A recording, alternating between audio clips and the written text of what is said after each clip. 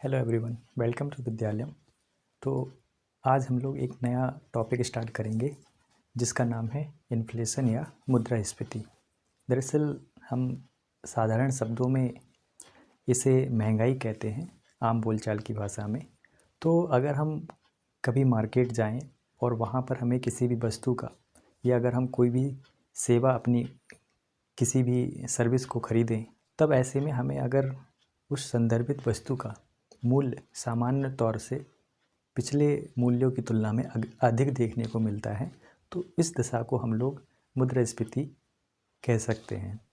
हालांकि ये साधारण परिभाषा थी, बट अगर हम इसकी शब्दावली में जाएं तो वस्तु एवं सेवाओं के जो मूल्य हैं, जब वो सामान्य स्तर से निरंतर बढ़ते चले जाएं, तब ऐसे में अगर उस संदर्भित मुद्रा की, यानी कि जो भी वस्तु जिससे या सेवाएं जिससे हम जिस मुद्रा से हम खरीद रहे हैं, उस मुद्रा की जो डिमांड है, मान लीजिए ये मुद्रा है और बाज़ार में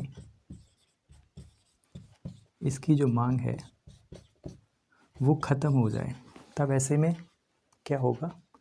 अब ये मांग ख़त्म क्यों हुई? दरअसल इस मांग के ख़त्म होने का कारण ये है कि बाज़ार में इसकी जो आपूर्ति है वो अचानक से बढ़ गई। यानी कि अगर हम इसकी सप्लाई की बात करें, मनी सप्लाई की बात करें, तो अगर मनी सप्लाई बाज़ार में अचानक से बढ़ जाएगी मार्केट में, तब ऐसे में होगा क्या कि जो गुड्स एंड सर्विसेज की सप्लाई है वो उसके मांग के अकॉर्डिंग सक्षम नहीं होगी, है ना। मान लीजिए अगर ये मैं हूँ और मेरे पास अचानक से बहुत ज़्यादा पैसा आ जाए, तो मैं हर एक चीज़ को ख़रीदने में सक्षम हो जाऊंगा और मैं मार्केट में जाऊंगा और ज़्यादा से ज़्यादा चीज़ों का उपभोग करूंगा, कंज्यूम करूंगा। तब ऐसे में क्या होगा कि मेरे ही जैसे कई सारे लोग होंगे, उनके भी पास में पैसा ज़्यादा होगा, तो ऐसे में वो भी जो है डिमांड करेंगे, तो इससे अचानक से जो डिमांड है वो बढ़ जाएगी। और इस डिमांड के बढ़ जाने के कारण बाज़ार में जो भी मुद्रा होगी, उस मुद्रा का अचानक से डेप्रिसिएशन शुरू होगा। अगर हम डेप्रिसिएशन के संदर्भ में ही कुछ समकालीन एग्जाम्पल्स की चर्चा करें, तो हमारा पड़ोसी जो देश है श्रीलंका, वो कुछ समय पहले फाइनेंशियल क्राइसिस से जूझ रहा था। हालांकि उसका जो फाइनेंशियल क्राइसिस था वो भी सरकार और उस संदर्भित केंद्रीय बैंक के आर्थिक नीतियों के दुष्परिणाम का एक परिणाम निकल के आया था। इसी संदर्भ में अगर हम दूसरा एग्जाम्पल लें तो वो ये है साउथ अमेरिका का। अगर हम एक देश की चर्चा करें तो वो वेनेजुएला है। तो वेनेजुएला में भी इसी प्रकार का डेप्रिसिएशन मुद्रा का देखने को मिला और उनकी जो मुद्रा थी वो ख़त्म करते हुए उन्होंने एक नई ब्लॉक चेन टेक्नोलॉजी पर आधारित मुद्रा का चयन शुरू किया सरकार के द्वारा। तो अब अगर हम इसके प्रभाव की चर्चा करें, क्या क्या प्रभाव पड़ सकते हैं मुद्रास्फीति का। देखिए, अगर हम इंडिविजुअल की बात करें, है ना, एक आम नागरिक की बात करें, अगर एक साधारण नागरिक है, अगर एक गरीब व्यक्ति है, उस पर जो है मुद्रास्फीति का किस प्रकार से प्रभाव पड़ेगा।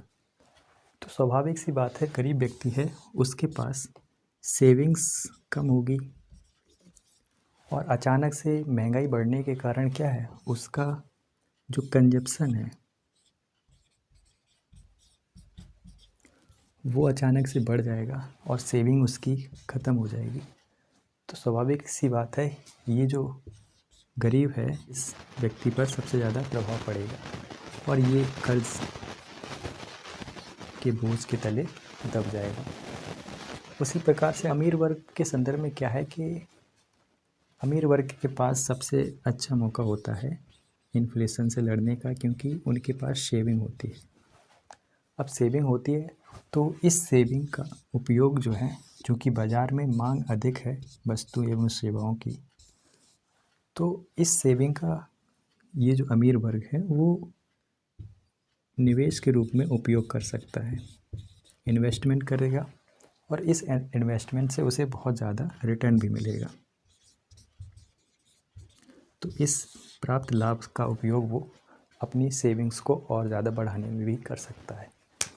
अब अगर हम दूसरा प्रभाव देखने का प्रयास करें तो देखिए, मुद्रास्फीति का एक अन्य प्रभाव हमें कर्जदाता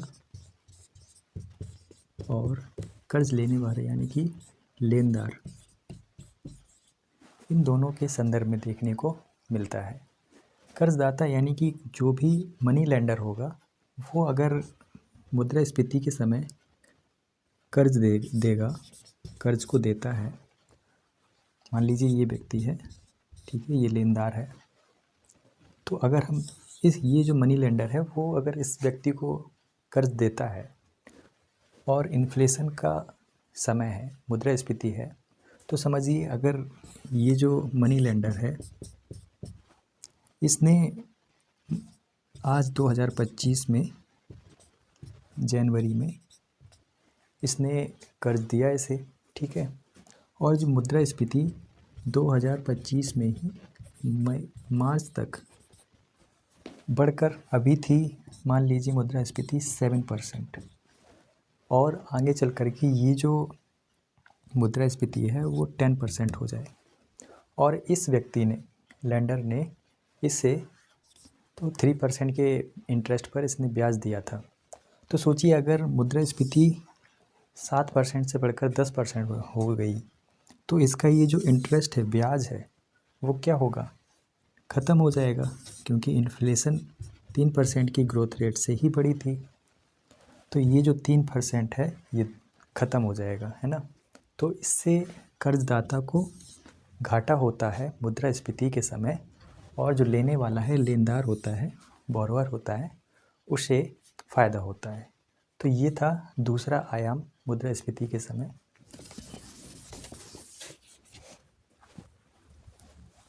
देखिए, तीसरा जो प्रभाव है वो बैंकों पर नज़र आता है। तो बैंकों पर कैसे प्रभाव पड़ता है, तो दरअसल क्या होता है कि मुद्रास्फीति के समय देखिए मार्केट में सप्लाई बहुत है ना, करेंसी की सप्लाई बहुत ज़्यादा होती है मार्केट में, ऑलरेडी लोगों के हाथ में पैसा बहुत होता है।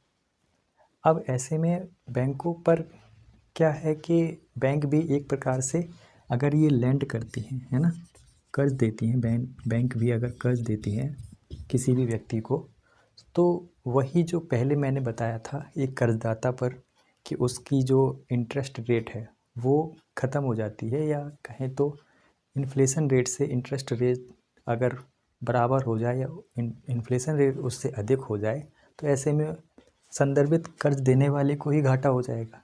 तो बैंक भी जो है कर्ज देना नहीं चाहती हैं ऐसी सिचुएशन में। तो इससे बैंक पर विपरीत प्रभाव पड़ता है। बैंकों के जो मुद्रा है, बैंक क्योंकि कर्ज नहीं देती हैं तो लोगों के पास इन्फ्लेशन के समय पैसा नहीं पहुंच पाता है।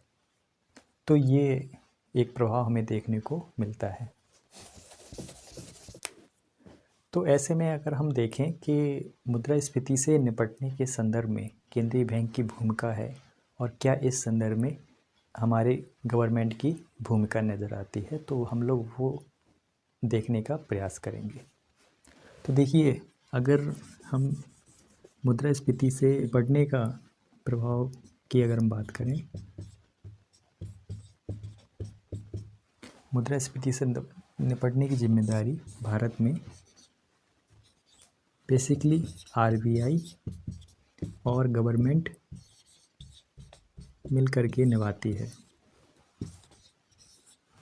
आरबीआई के पास अपना एक मौद्रिक नीति समिति होती है, मॉनेटरी पॉलिसी कमेटी, और इस समिति का जो मुख्य कार्य है वो बैंकों को नियंत्रित करना है। बैंकों की मनी सप्लाई को, डिमांड सप्लाई को नियंत्रित करना है। बाज़ार में कितना पैसा पहुंचेगा, कितना पैसा वहाँ से आएगा, ये सब का सब जो है आरबीआई नियंत्रित करती है मौद्रिक नीति समिति को। मौद्रिक नीति समिति को हम लोग नेक्स्ट लेक्चर्स में समझने का प्रयास करेंगे। मुद्रास्फीति के समय हमें कई सारे ऐसे कारण हैं जो मुद्रास्फीति को घटित करते हैं, हम लोग आगे उनकी भी चर्चाएं करेंगे। तो सरकार उस संदर्भ में भूमिका निभाएगी। तो हम लोग अब देखते हैं कि कौन कौन से कारण हैं जिसके कारण मुद्रास्फीति हमें देखने को मिलती है।